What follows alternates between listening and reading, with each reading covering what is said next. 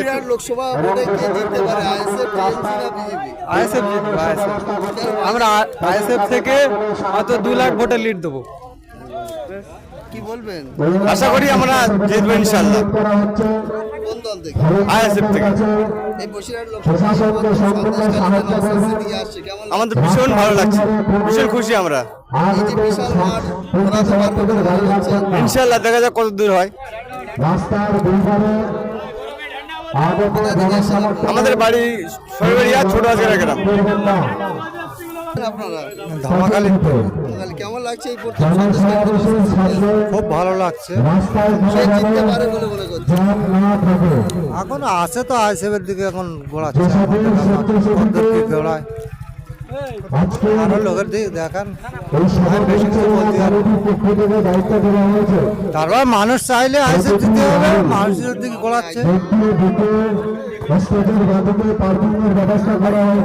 লোকসভা থেকে কাকে চাইছে? কাকে চাইছি আমরা এই জনসভাতে এসেছি, দেখে কি মনে হচ্ছে আমরা কাকে চাইছি? নিশ্চয়ই ভাইজানকে চাইছি, সেই কারণে এখানে এসেছি। এতে আর বলার কিছু নেই। আমাদের সরবেরিয়া আগারহাটি অঞ্চলেই বাড়ি, আমরা এখানকারই বাসিন্দা। দীর্ঘদিন ধরে আমরা বঞ্চিত ছিলাম, আমরা বিকল্প কাউকে খুঁজে পাচ্ছিলাম না। আজকে আমাদের এখানে আইএসএফ মনোনীত প্রার্থী আখতার রহমান বিশ্বাস দাঁড়িয়েছে, ওনাকে আমরা বিকল্প হিসেবে পেয়েছি।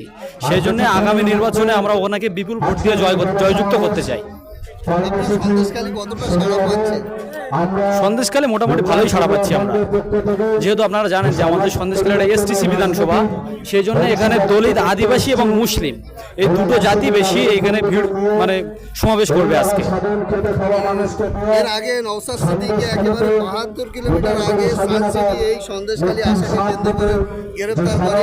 এই প্রথম নওশাদ সিদ্দিকী আসছে, কেমন আপনাদের আশা? সব মানুষ মানে অতিরিক্ত খুশি হয়েছে আজকে এই দিনটা দেখার জন্য, আসছে সবাই দেখা হবে। আপনার নাম?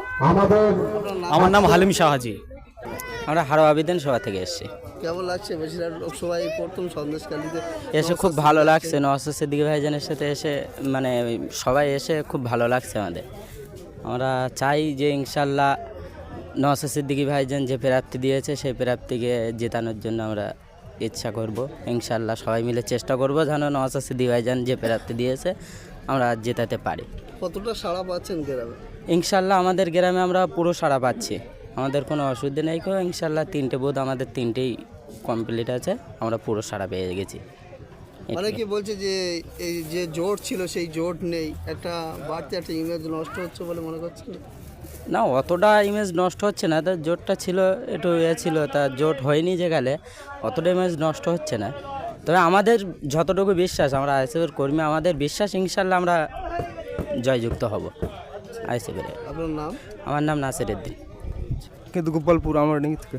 কেমন লাগছে এখানে? খুব ভালো। কাকে দেখতে এসছেন? নওশাদ সিদ্দিকীর। সামনে লোকসভা ভোট, কাকে চাইছে? নওশাদ সিদ্দিকীর চাইছে। মূল নিবাসী, মূল নিবাসী ভারতবর্ষ, ভারতবর্ষ, বাবা সাহেব আম্বেদকর, বাবা সাহেব আম্বেদকর, আইএসএফ, আইএসএফ। ধন্যবাদ সবাইকে। আজকে আপনারা যারা এসছেন, যাদবপুর লোকসভার বিভিন্ন বিধানসভার বিভিন্ন অঞ্চল নেতৃত্ববৃন্দরা এসছেন, এই প্রখর রোদকে উপেক্ষা করে, মাথার উপরে এত রৌদ্র তাপ, তাকেও উপেক্ষা করে আপনারা যে আপনাদের মূল্যবান সময়টুকু নষ্ট করে এই কর্মী সভায় অংশগ্রহণ করেছেন, তার জন্য আপনাদেরকে অসংখ্য অসংখ্য ধন্যবাদ জানাই। সেই সঙ্গে এও জানাই যে আপনারা হচ্ছে এই আইএসএফের মূল নক্ষত্র। অতএব এই আইএসএফ দলটা সারা পশ্চিমবঙ্গ নয়, ভারতবর্ষের চর্চার কেন্দ্রবিন্দুতে গেছে মাত্র সামান্য কয়েকটা বছরের মাধ্যমে।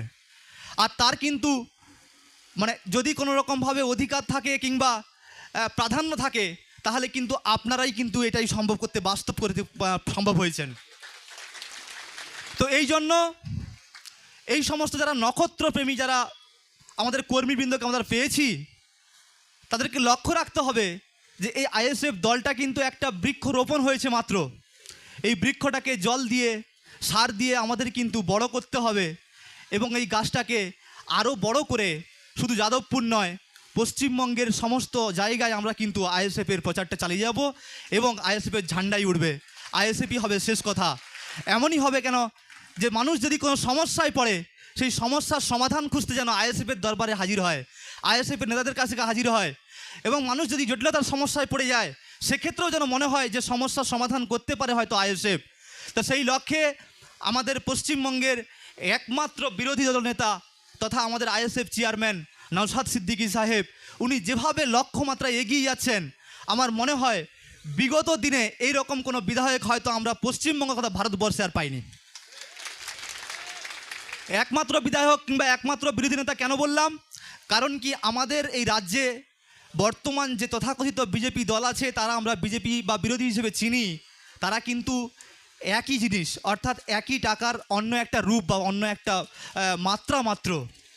কেন কি যখনই দেখবেন তৃণমূলের কোনো কারণে কোনো টিকিট পাওয়া যাচ্ছে না, তারা কিন্তু ঝাঁপিয়ে পড়ে ঠিক বিজেপির দিকে। আর যাকেই আপনারা বিজেপি ভোট দিয়ে যাকে জিতিয়ে পার্লামেন্টে পাঠাচ্ছেন, তারাও কিন্তু পরবর্তী সময় যখন টিকিট পাবে না, তারা কিন্তু আবার তৃণমূলে চলে আসে। অতএব যাহাই তৃণমূল তাহাই বিজেপি, দুটোই কিন্তু তোলামূল এবং বীজমূল। এই তোলামূল এবং বীজমূলকে পশ্চিমবঙ্গ রাজ্যের যে সমস্ত প্রান্ত থেকে আমরা আইএসএফের প্রার্থী দিয়েছি, সে সমস্ত জায়গা থেকে এই দুটো দুর্নীতিমূলক কালোবাজারি দলকে পুরো মুছে দিতে হবে গণতান্ত্রিক প্রক্রিয়ায়। এবং যাতে বিগত সময়ের জন্য এই তৃণমূল এবং বিজেপি করাটাকে অপরাধ মানুষ মনে করে এবং তারা যে দোষ ত্রুটিগুলো করে যাচ্ছে, এই ত্রুটিগুলোকে মানুষের সামনে তুলে ধরার কাজটা কিন্তু আইএসএফ করে যাবে। আজকে অবাক হতে হয় যে 25 থেকে 26,000 চাকরি বাতিল গেল, যে সমস্ত সরকারি নিয়োগ হয়েছিল এই তৃণমূল সরকারের আমলে। যে সমস্ত ছেলেরা আজকে বেকার ছিল তো বটেই, সেই সঙ্গে যারা চাকরি পেয়ে তারা স্বপ্ন দেখেছিল, তারা ঘর বেঁধেছিল, নতুন নতুন করে আশা জেগিয়েছিল বুকে, তাদের আজকে কি হবে সেটা কিন্তু বলার নেই। কিন্তু যে সমস্ত ছেলেরা আজকে বেকার হয়ে চাকরি হারা হয়ে চাকরি পাওয়ার যোগ্য হওয়ার পরও রাস্তায় বসে আছে, ওদের হয়ে কিন্তু মাননীয় যাচ্ছেন না কোথাও। কিন্তু যারা চাকরি চলে যাওয়ার জন্য প্যানেল বাতিল হলো, ওদের জন্য সুপ্রিম কোর্টে যাওয়ার জন্য হুমকি দিচ্ছেন। এখানেই আমাদের কষ্ট হয়, দুঃখ হয় যে আমরা যারা যোগ্য, যারা ন্যায্য, যারা বেকার, তাদের নিয়ে সরকার একটিও মুখ খুলছেন না। কিন্তু যাদেরকে চাকরি চুরি করে চাকরি দেওয়া হয়েছে, যারা কিনা সাদা ওএমআর শিট পর জমা দিয়েছেন, যারা কিনা পরীক্ষাই দেননি, যারা কিনা টোটাল গ্র্যাজুয়েশনই পাস করেননি, বিএড দেননি, বেসিক দেননি, সে সমস্ত ব্যক্তিরা কিন্তু টাকার বিনিময়ে চাকরি পেয়ে গেছেন। এখন মানুষ যারা চাকরি হারিয়েছেন তারা কি ছেড়ে দেবে নাকি? তারা ছাড়বে?